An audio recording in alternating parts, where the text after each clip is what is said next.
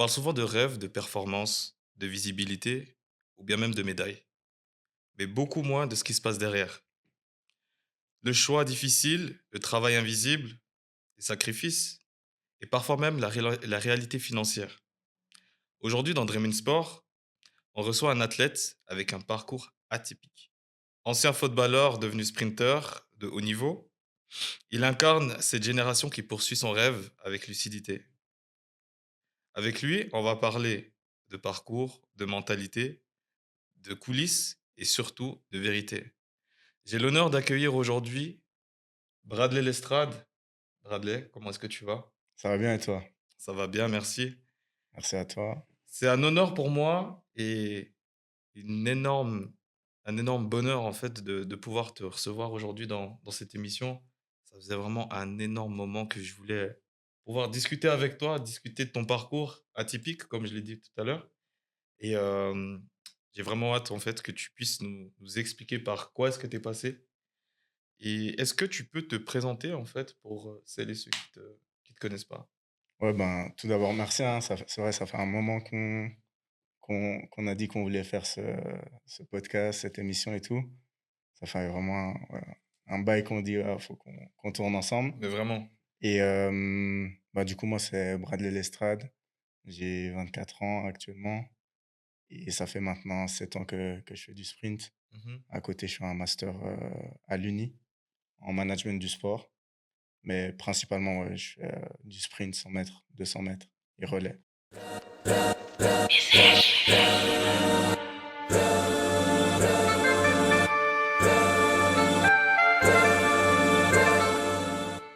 Première question qui me vient à l'esprit parce que toi, du coup, tu as commencé par le foot, on est d'accord?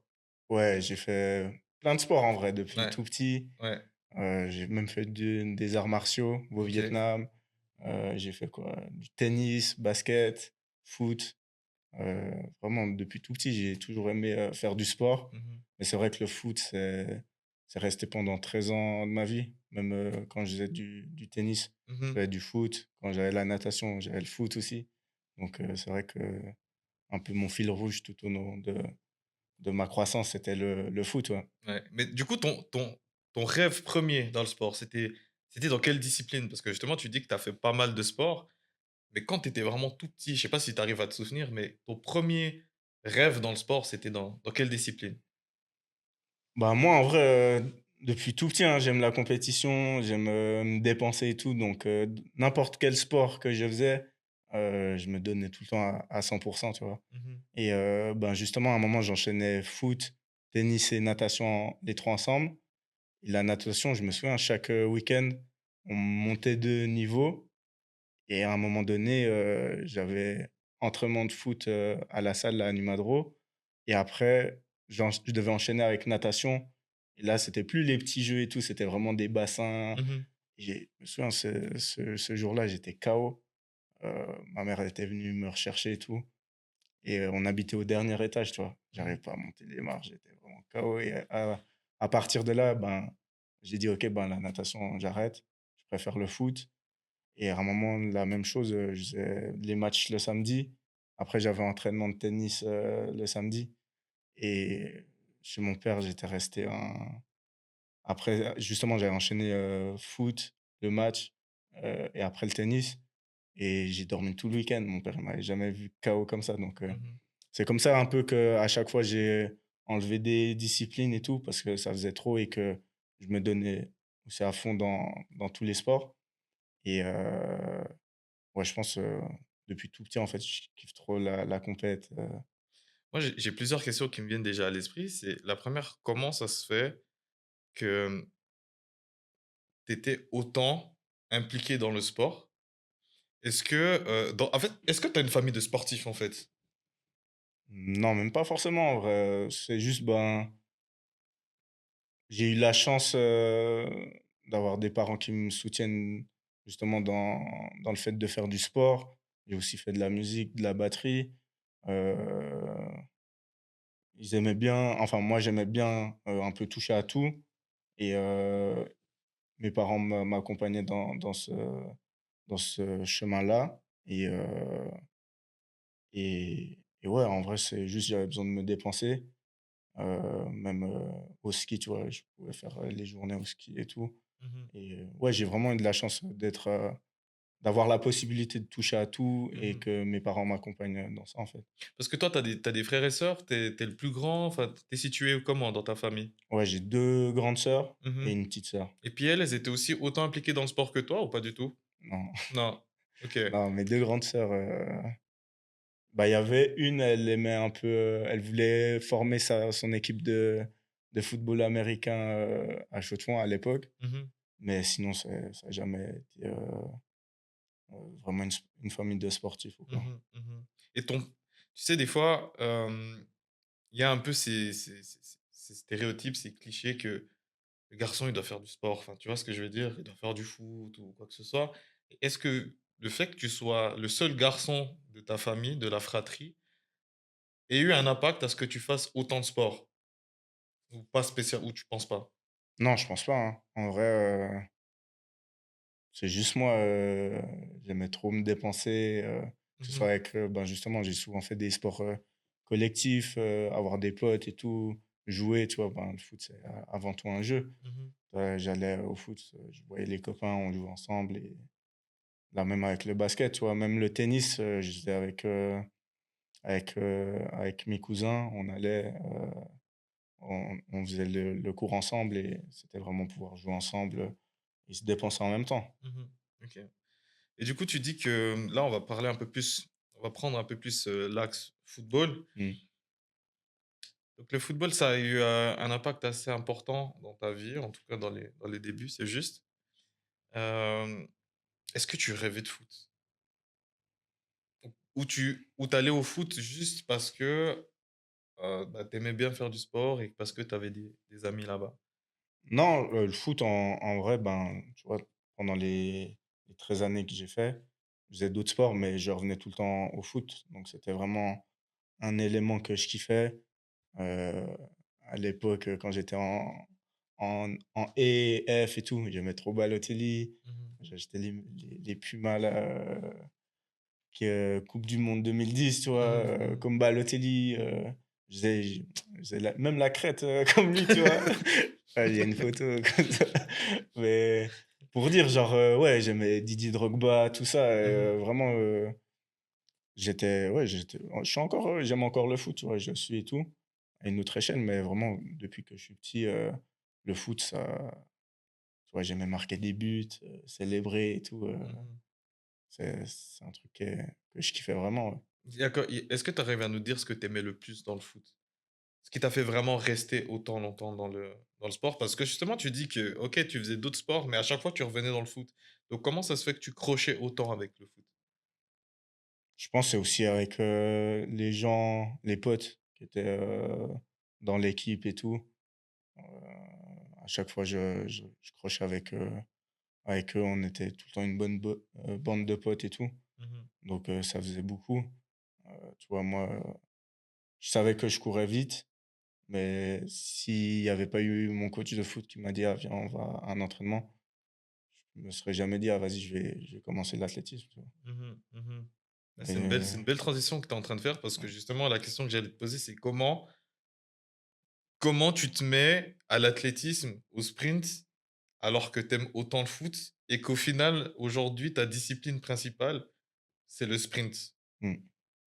Bah, ouais, comme tu disais, tu vois, même, avant, pour le foot, j comme je dis, moi, j'ai toujours aimé la compétition et tout. Après le truc, le fait que j'étais à Chaux-de-Fonds, on connaissait un entraîneur de Xamax et tout. Mais, pour ma mère, faire les déplacements à chaque fois jusqu'à Xamax, jusqu'à Neuchâtel, c'était pas optimal, quand j'étais petit. Du coup, ben, je suis resté, sur Chaux-de-Fonds. J'ai fait Floria, après je suis allé en Inter A et tout.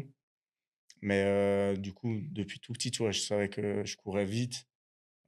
C'était un de mes atouts, sur le terrain et après, ben, au fil, ben, des s des stades tout simplement du foot, ben, il y a eu mon coach Aurélien, heu, où lui, il analysait vraiment tous les matchs et il regardait, on jouait contre Yverdon une fois là Mmh.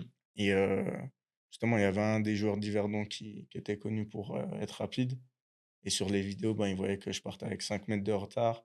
J'arrivais avec 5 mètres d'avance, avec sur le ballon, tu vois? Mmh. Donc lui, Aurélien, il avait déjà fait du de l'athlétisme quand il était jeune et ben, quand il a arrêté de coacher, c'était sa dernière saison avec nous, il allait reprendre, justement la brasserie de l'hôtel de ville là à Chaux-de-Fonds et il m'a dit: «Bah, viens, je t'amène à un entraînement d'athlétisme, va tester et tu regardes ce que si ça te plaît», tu vois? Mmh. Est-ce que le fait que tu aies fait pas mal d'autres sports, ça a pu développer la vitesse chez toi? Est-ce que ça a un impact, en fait, dans le sprint? Est-ce que le football a eu un impact dans le sprint ou bien c'est juste un talent inné de courir vite? Bah, il y a c'est pas anecdotique non plus, de voir un sprinter, enfin un footballeur passer dans le sprint, tu vois? Je pense, ben, tu as des fibres, rapides, tu nais avec ou sans, tu vois? Et ben, moi, c'était mon talent sur le terrain. La vitesse, c'est vraiment là où j'arrive à faire, une grosse différence et bah, ouais, après tous les autres sports, ça m'a permis d'avoir, d'emmagasiner un «bon physique» entre guillemets et après, ben, une bonne base. Après, c'est vrai qu'au sprint, c'est pas juste courir, il y a trop de choses, que faut travailler en vrai. Comment elle se passe la transition entre le foot et l'athlétisme? Est-ce que ça se passe d'un coup? Est-ce que tu arrêtes directement le foot? Bah, en fait, comme je te disais là, mon coach Aurélien, il me dit, «Ah, viens, essayer un entraînement». J'ai appelé le coach, d'athlétisme à Chaux-de-Fonds. Mais tu étais directement, Bah, je suis allé d'accord d'essayer de l'athlétisme? ouais, à fond, bah, je me suis tu vois, je savais que je courais vite, au foot, mais du coup, tu vois, en plus, c'était l'époque, avant ça, il y avait l'époque, les Usain Bolt, Usain Blake. J'ai toujours un peu suivi, avec mes potes, bah, cette zone-là Mmh. et bah, quand il me dit: «Ah, franchement, je pense qu'il y a du potentiel, de fou, ça te dit d'essayer au moins et tout?» Bah, moi, j'ai dit: «Bah, ouais, j'ai rien à» tu as vu, j'ai fait toutes sortes de sports. Je me dis: «Ben, vas-y, un nouveau sport, pourquoi pas?» tu vois? Mmh. J'étais pas renfermé à l'idée d'essayer, quelque chose d'autre et du coup, le truc, c'est que j'arrive, à l'entraînement. Je fais l'entraînement et il était dur, en plus, c'était un ancien coach, vraiment à l'ancienne, tu vois? Il avait, je crois 80 piges, un truc comme ça. Ouais. Il me fait un entraînement dur, mais à la fin, je crois que je vomis même, tu vois? Mmh. Et l'entraînement se fait, machin et après il me dit: «Ah, samedi, il y a une compétition en France, viens». Je dis: «Ben, OK, go». Tu vois? J'avais jamais fait de départ, jamais mis les pointes Mmh. et tout Et et là, tu as quel âge à peu près? j'avais 17. Ah, mais tu commences quand même, est-ce que c'est C'est tard quand même un ouais, peu, non? c'est tard, souvent ceux qui sont dans l'athlé et tout, ils commencent petits avec, UBS Kids Cup, Mmh. où ils font plusieurs, choses, non 17 ans, c'est assez tard et du coup, ben, je vais à la compète. Il y avait un coéquipier là qui s'entraînait avec moi, Kylian. Bah, sur la compète, il coachait, tu vois? Donc c'est lui, il me dit: «Ah ouais, pour faire un départ, tu mets tes blocs comme ça et cetera» et ben, le coach, d'athlétisme, il m'avait passé des vieilles spikes, des vieilles, pointes, vraiment, je pense, à l'ancienne, hein, genre, des trucs, que tu mettais, Mmh. moi, je trouvais trop ça stylé. Mmh. Bah, j'avais jamais vu de pointe, tu vois? Ouais, ouais. Mais maintenant que je me souviens de ça, c'était vraiment des c'était c'était chaud, tu vois? Mais et du coup, ben, arrive l'épreuve et tout, je fais 100 mètres, je gagne le 100 mètres. Heu, 1re compétition que tu fais de toute ouais, ta vie, tu gagnes? ouais, OK. je crois avec un chrono 11,73 et après je fais le 200 mètres. Mais attends, pause. Tu fais ta première compétition, tu gagnes. Et tu as fait combien d'entraînements avant ça? Tu en as fait que un seul? Ouais, le mercredi, je suis allé à l'entraînement, j'ai essayé. Ouais. Il m'a dit: «Ah, viens samedi». Du coup, j'avais fait un entraînement. Mais là, mentalement, tu te dis quoi? Tu te dis: «C'est trop facile»? Tu te dis: «Je les lave tous», en fait? Tu te dis quoi? Non, parce que je me dis: «Ah ouais, c'est trop stylé», en plus, c'était un nouveau sentiment, l'adrénaline et tout et je me dis pas: «Ah, c'est trop facile», je dis: «Ah, c'est vraiment cool et tout». Mais après, je check un peu avec les résultats d'autres sprinteurs suisses. C'était en France, c'était pas non plus le gros meeting, tu vois. Mais c'était quand même un bon un petit meeting régional. Et je me dis direct, ah vas-y, j'ai envie de, de battre tel et tel. J'ai envie de faire ces chronos, faire tel et tel, aller ensuite en équipe nationale, etc. Mmh. Et je suis plus dans cette mentalité, vas-y, je commence tard l'athlétisme, j'ai envie de rattraper mon retard, tu vois. Mmh. Mais c'est vrai qu'au début, en vrai, je fais encore du foot, parce que après c'était la préparation hivernale. Du coup, je faisais encore du foot, un peu d'athlé et tout, à 2 les 2. Je finis ma saison de foot, avec les juniors A, à Chaux-de-Fonds. Et après je me dis: «OK, non, il y a vraiment un gros potentiel à aller chercher en athlétisme, en sprint». Du coup, là, je me dis: «Vas-y, j'arrête le foot et je me focus sur le sprint, tout simplement». Ça t'a fait quoi d'arrêter le foot, après 13 ans, tu nous as dit? Est-ce que ça tu eu un Heu, pincement au cœur? Est-ce qu'aujourd'hui tu le regrettes un peu ou pas du tout? Bah, au début, je me suis dit: «Ah, ça est-ce que ça va être bizarre?» Tu vois? Ce que je kiffais au foot, c'était tu courais avec le ballon et cetera, collectif et tout. Je me suis dit: «Ah, est-ce que ça me manquait cet aspect-là ou quoi?» Et en fait, le sprint, tu as tellement d'entraînements qui sont différents, heu, que non, j'ai même pas eu le manque du ballon, tu vois? Encore, quand il y a un ballon, ben, je vais jouer et tout, facilement, mais j'ai pas eu de manque face à par rapport au foot. Mmh. J'ai dit: «Ben, c'était une bonne, j'ai fait ça pendant 13 ans, j'ai kiffé et tout, mais maintenant, tu vois, Passe à autre aussi». chose. Ouais, c'est ça. Et je pense que, ben, tu vois, Dieu, il te met des plans dans ta vie et tout. Et je me suis dit: «Ben, là, c'est il a mis ça dans mon cœur, faut que je continue avec ça», tu vois? Mmh. Mmh. Ah, c'est beau ce que tu dis et du coup, ça à quoi ressemble, une semaine? La semaine une semaine chez, une semaine type Chez chez moi, un athlète? après, ça dépend chez tout type d'athlète, avec ton coach aussi, comment il envisage la prépa. Mmh. Mais c'est ça aussi qui est comparé au foot, tu vois, ça peut tellement varier d'entraîneur avec un autre entraîneur, ta préparation, les aspects, techniques, physiques sur lesquels il va se focus. Et et chez moi, une semaine type, ben, dans la semaine, je vais avoir 2 peut-être, ouais, 2 séances de muscu, heu et après c'est sur piste, mais sur la piste, tu peux faire de la plio, tu peux faire, travail d'axel, travail de transition. Tu vas faire des séances où tu vas entraîner ta résistance, ta vitesse, résistance donc tu as vraiment plein d'aspects, dont comment tu peux aborder une semaine. Et c'est rarement la même semaine, les mêmes entraînements et tout, tu vois? Mmh. En tout cas avec mon coach, nous on a notre fil, rouge, mais on va vraiment, essayer d'optimiser à chaque fois. Lui, il analyse beaucoup et il me dit: «OK, ben, là, cette semaine, on va se concentrer ce prochain cycle sur tel aspect».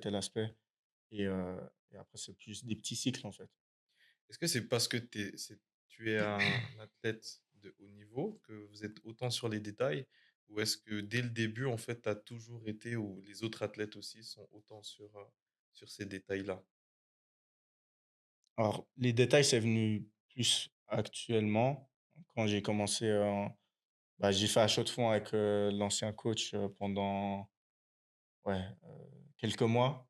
Et après, j'ai vite changé de coach parce que, comme je te disais, je voulais, directement, entre guillemets, «rattraper mon retard».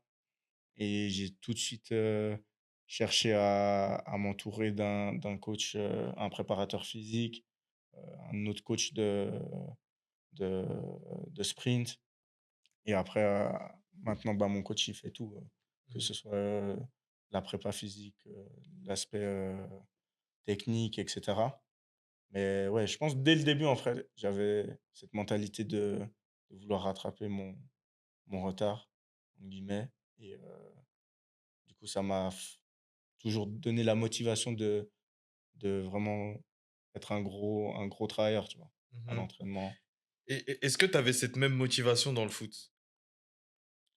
Ouais, mais c'est différent. Dans le foot, tu vois, tu es avec tes coéquipiers, ça dépend pas que de toi, tu vois? Mmh. Genre, s une fois, tu peux être un peu fatigué et tout, mais tu as l'équipe Qui tire? qui tire. Ouais. Là, en athlétisme, C'est toi contre toi. c'est toi contre toi, frère, Mmh. si tu pas en forme le jour de la course, il y a personne, à côté qui va te dire: «Ah, c'est bon, t'inquiète, on switch de position», tu vois? Mmh. Non, c'est toi contre toi et si tu perds, ben, c'est toi. C'est Ouais. pas l'adversaire à droite ou à gauche, non, c'est toi.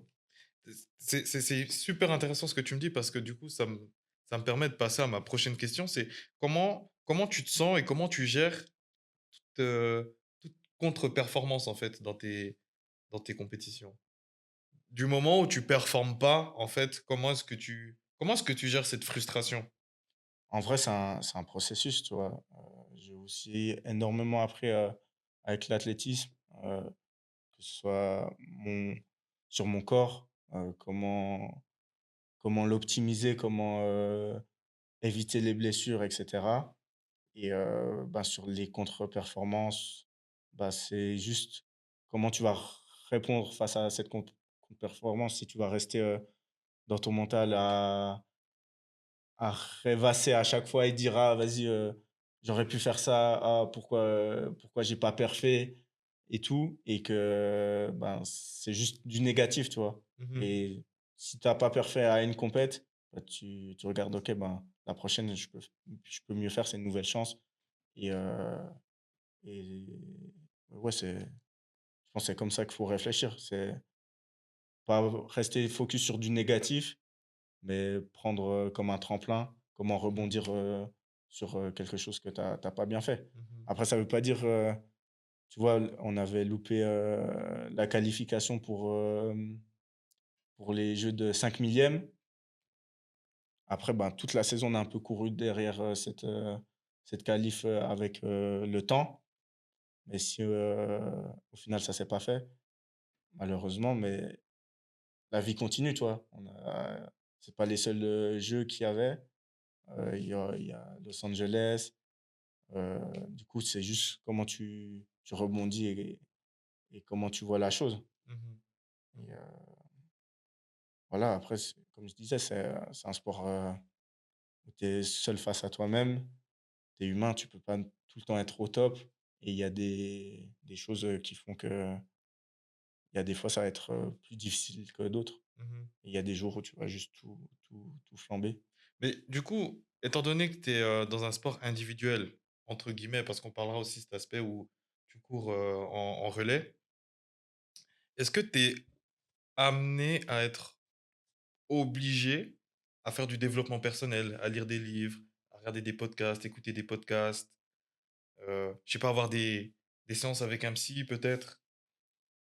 Non, tu es pas obligé, c'est propre à chacun, mais moi, comme je dis, physiologiquement, j'ai tellement appris avec, le sprint, que la notion du mouvement de mon corps, du bien-être de mon corps tout simplement que j'avais pas avec le foot, tu vois? Et bah, après tu as pas que le corps, tu as aussi le mental et ben, en sprint, c'est sur la ligne de départ, je pense que c'est 90 mental. Quand tu es bien préparé et tout, ça va, mais si mentalement tu pas toutes les ondes alignées, que je sais pas, tu pas confiance ou quoi, ben, tu peux vite perdre, la course en vrai. Est-ce que toi, tu sais que tu vas gagner avant même d'avoir fait ton départ? Non, tu sais jamais, enfin, tu vas moi je vais pour gagner, tu vois? Mais je vais tout faire en sorte pour, gagner la course. Mmh. Donc mentalement, je suis dans cette optique-là. Tu te dis quoi avant de commencer une course?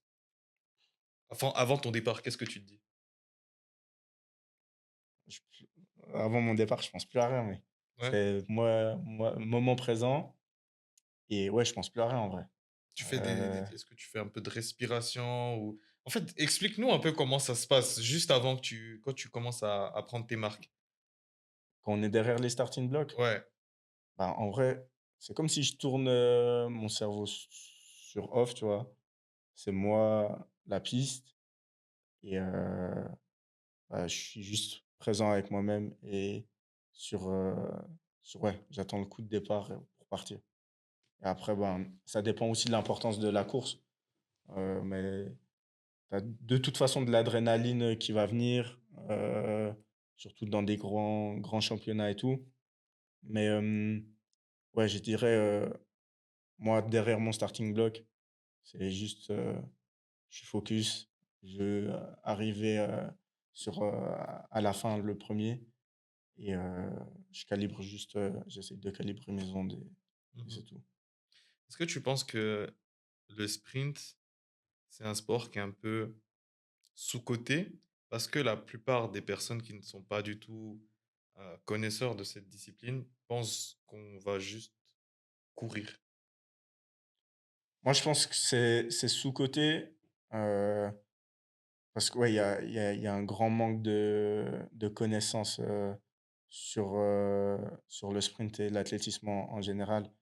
Combien de fois, je vois des footeux qui me disent: «Ah, ouais, je peux battre, cette fille», tu vois? Alors que c'est une sprinteuse, elle s'entraîne tous les jours. Je te promets, hein, Mujinga, ou d'autres sprinteuses, suisses, il y en a même, Mbappé, Mujinga à son prime là, avec son PB, Mbappé, il court pas plus vite qu'elle. Ah ouais? Non et tout Mujinga, elle lave Mbappé en course. ouais, avec son record, je pense, en tout cas, elle, tu vois, elle a un record en dessous de 11 secondes. Mmh. Mbappé, OK, il court vite et tout, mais la technique et tout ce qui est en magazine et tout, les top sprinteuses, mondiales et européennes, Mbappé va pas plus vite et ça, les footeux, ils se disent: «Non, c'est pas possible», et tout, mais c'est juste, il y a tellement d'écart, sur la technique, en sprint, et tout que juste courir, au foot, OK, Mbappé, il va vite, sans ballon, avec le ballon, même sans ballon, sur le terrain, mais c'est pas 100 mètres et 100 mètres, sa décélération, je pense, il l'atteint plus vite que les femmes. Et toi, tu penses que tu laves Mbappé en course? Tu vois, ça, c'est aussi de la ça c'est un manque de respect pour tous les sprinteurs. C'est un manque de respect pour beaucoup de sprinteurs. Nous, on s'entraîne tous les jours, pour, justement courir, méga vite et on nous demande: «Ah, est-ce que tu cours plus vite que Mbappé?» Mec, bien sûr! S'il te plaît, faut mettre du respect sur les sprinteurs, tu vois? Non, Mbappé, il va vite, il est fort au foot, mais il lave pas les sprinteurs. Sans prétention, c'est sans prétention, que j'ai dit, Mbappé et tout, mais c'est juste des faits, sur, le papier, le chrono et tout, c'est pas prétentieux ou quoi, parce que je vous Bah, vois venir là, vous bah, déjà. non, mais on sait que de toute manière, que tu n'es pas du tout ce genre de personne, mais une réalité aussi que j'avais vue, bah, justement, j'étais venu, à l'époque, à un de tes entraînements d'athlétisme et c'est vrai que je me rendais j'ai trouvé ça hyper flagrant et presque même triste, en fait, le fait que les entraînements étaient beaucoup plus pris au sérieux à l'athlétisme qu'au foot. Alors que le foot est un sport beaucoup plus populaire que l'athlétisme. Je m'explique. Tu vois, par exemple, quand tu vas au foot, les échauffements. Tu Moi, boycottes. ce qui m'avait le plus frappé, c'était les échauffements. Heu, Est-ce que tu arrives à expliquer aux gens, en fait, bah, justement, comment est-ce que ça se passe, juste avant de commencer un entraînement? bah, justement, tu t'échauffes. Après, chacun a sa routine. Moi, j'ai une routine, assez longue, justement, je vais dans les détails et cetera. De combien de temps à peu près? Pour que les gens qu'on puisse, s'en rendre S compte. Ouais, ça peut aller à 45 minutes, 1 heure. D'échauffement? Ouais, tu vois, pour courir des fois des 60 mètres, juste des accels. Ouais, bon, vraiment quand je fais tout, tu vois? Mmh. Mais ouais, bien 30 minutes, entre 30 et 1 heure, tu peux avoir un échauffement plus ou moins complet, tu vois? Mmh. Et tu sais vraiment préparer ton corps à un effort, intense, tu vois? Mmh. C'est peut-être, 30 m ou comme ça, mais tu vas tout donner Mmh. et après, ben, ça dépend aussi de la séance, l'intensité de la séance. Si tu as des courses plus longues, du tempo et c'est un peu plus lent, tu vois? Je vais prendre moins de temps pour m'échauffer, mais si c'est, du sprint, bien pur et tout, explosif, là, je prends vraiment du temps pour, vraiment bien échauffer mon corps et éviter toute blessure. Mmh. À contrario du foot où on s'échauffe, je sais pas, 15 minutes, grand maximum. Ouais, l'échauffement, ça te saoule, tu vois? Tu es Ouais. là, tu veux juste jouer, avec les autres, tu veux faire, du jeu technique, machin. L'échauffement, tu es là: «Vas-y, tour de terrain, ça gaz, Bah, de fou et puis tu sais, tu as aussi ces footeux qui ils rentrent sur le terrain et ils commencent directement à frapper. Alors bien Mmh. entendu, c'est en amateur, Ouais, mais à l'athlétisme, sprint, je pense pas qu'un un athlète, un sprinter va venir, va directement se mettre sur une course et va se lancer non, tu vois, à 100 quoi. il y a la mobilité, il y a le stretching, après il y a la mise,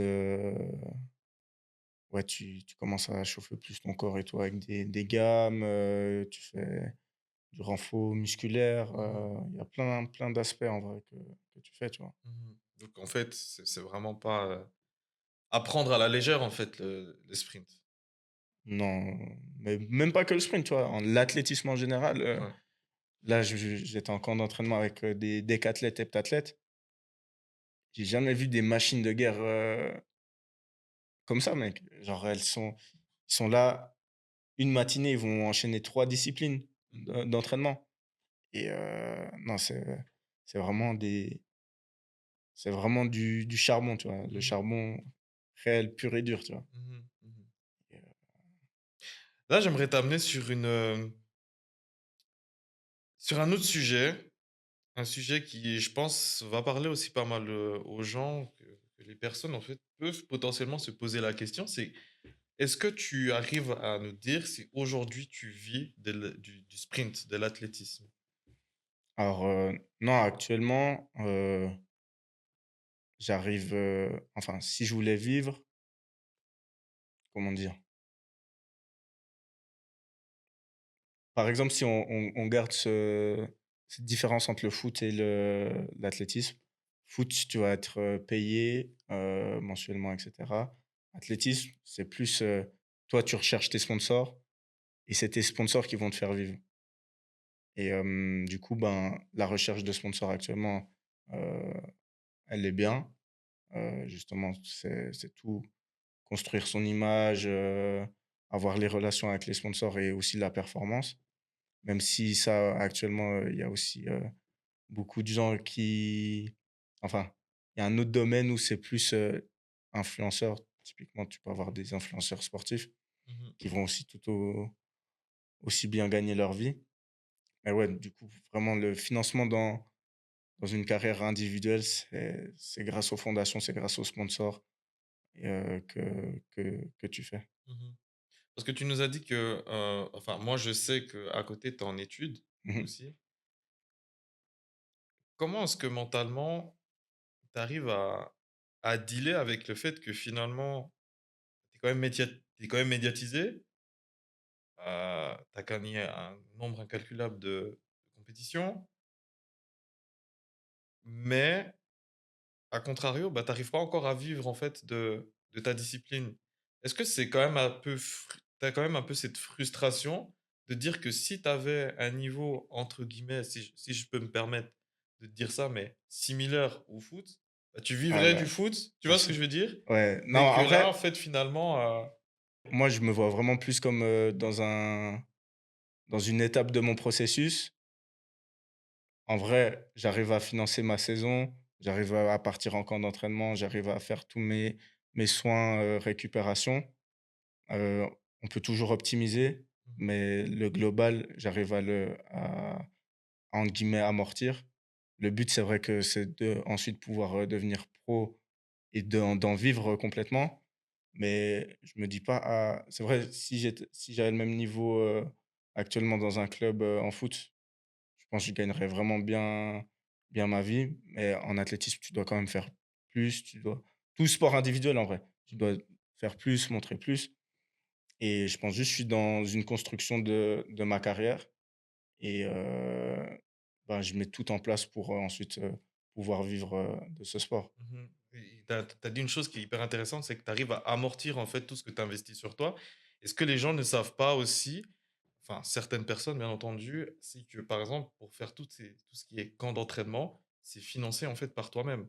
Ouais, voilà, c'est ça, que ce soit le billet d'avion, même si on part avec, la fédé, là, j'étais à Tenerife, billet d'avion, hôtel, c'est moi qui prends en charge et merci à mes sponsors parce que c'est grâce à eux que aussi je peux partir.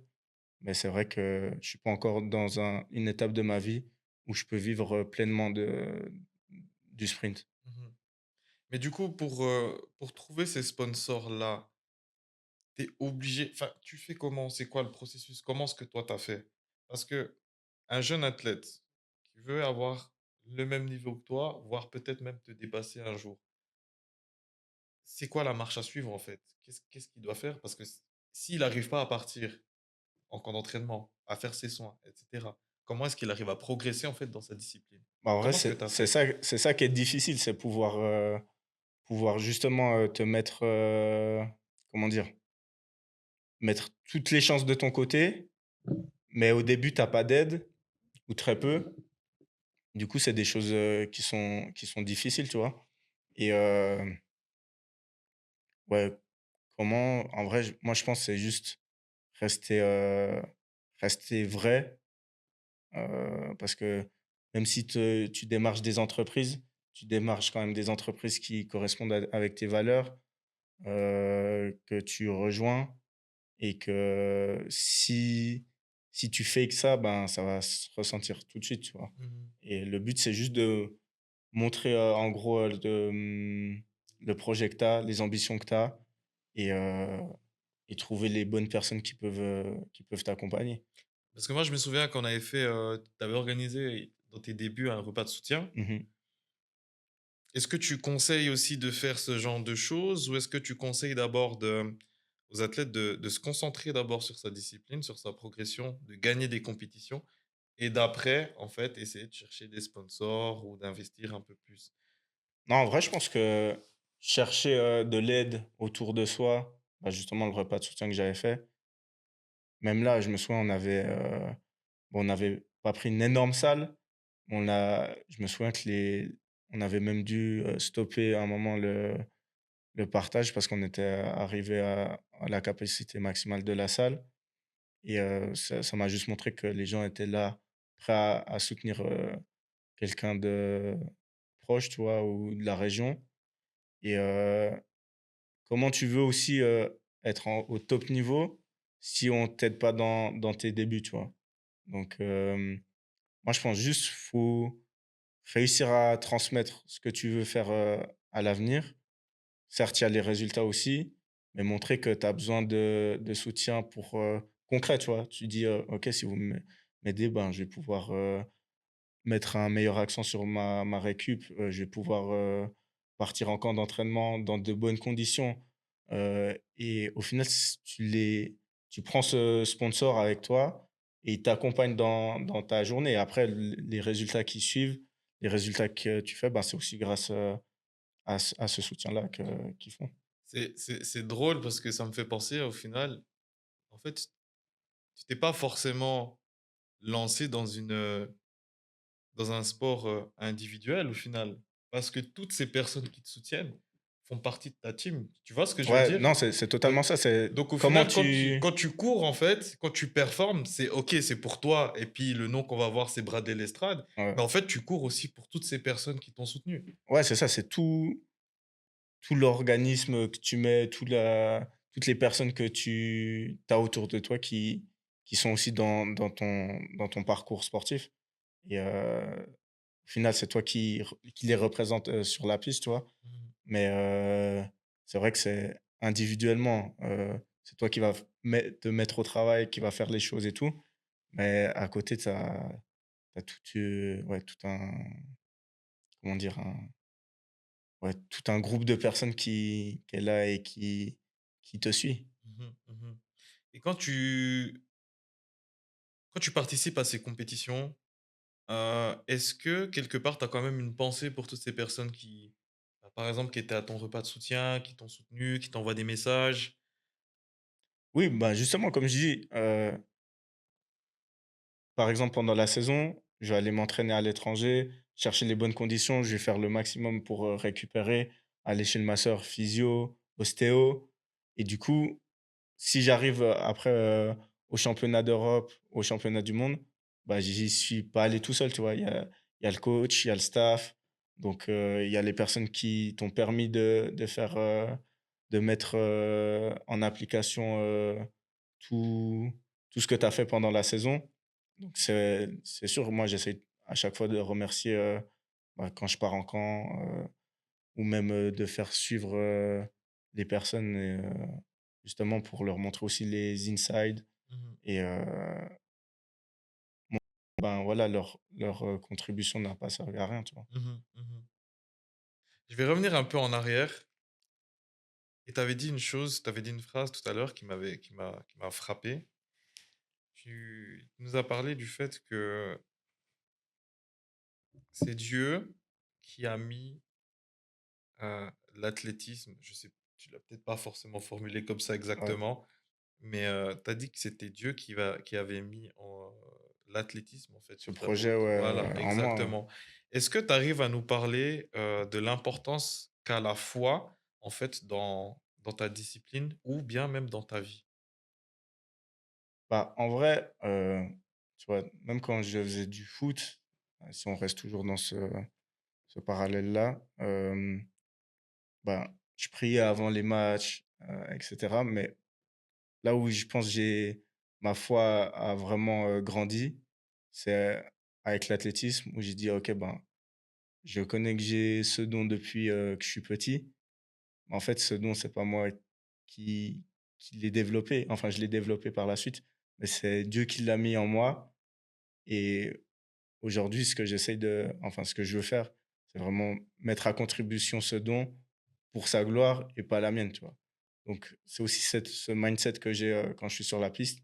C'est et même, dans la vie de tous les jours, c'est essayer de mettre, voilà, de glorifier Dieu à travers ce que je fais Mmh.